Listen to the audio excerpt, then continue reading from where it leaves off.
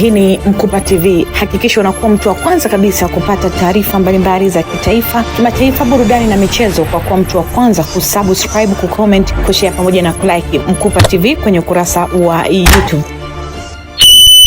Mhandisi Zuhura Amani, meneja wa TANROADS mkoa wa Dodoma.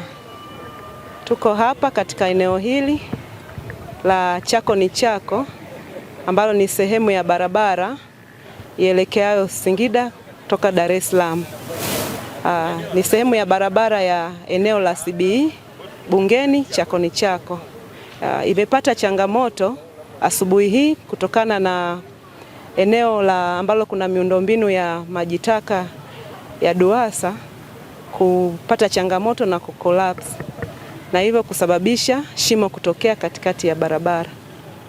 Kutokana na hali hii, tuko pamoja na wenzetu wa DUWASA tukitafakari namna gani ya kutatua changamoto hii.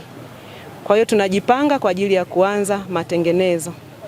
Katika kipindi hiki, wakati tunajipanga kwa ajili ya kuanza matengenezo, na ili tufanye matengenezo yetu kwa vizuri bila kupata mwingiliano wa magari na watumishi kuendelea na kufanya kazi katika eneo hili kwa usalama, tumeona magari ambayo yanatumia barabara hii tuwaelekeze kutumia njia mbadala katika kipindi hiki cha matengenezo.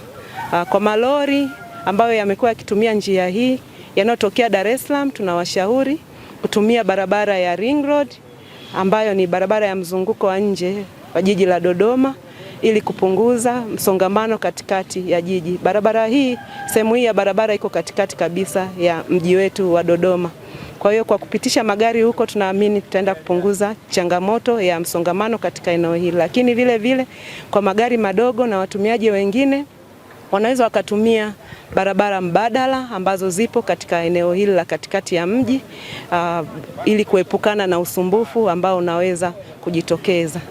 Katika kipindi hiki cha mvua bado tunaendelea kuwaasa watumiaji wa barabara waendelee kuchukua tahadhari wanapopita katika maeneo ya barabara na maeneo ambayo maji yanakatiza barabara. Na si wataalamu, tuko imara na tunaendelea kufanya ukaguzi, na maeneo yoyote ambayo yanajitokeza changamoto tutahakikisha tunafanyia kazi kwa haraka ili kusitokee changamoto yoyote kwa watumiaji wengine wa barabara.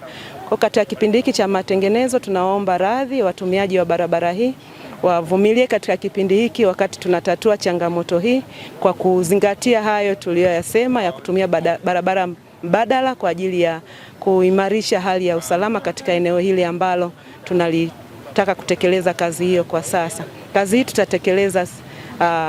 watatekeleza DUWASA ambao ndio miundombinu yao imeathirika, ilikuwa iko chini ya barabara, lakini na sisi TANROADS tutakuwa nao bega kwa bega kuhakikisha kwamba tunasimamia na kazi inarejeshwa katika ubora ule ambao unatakiwa kuwepo.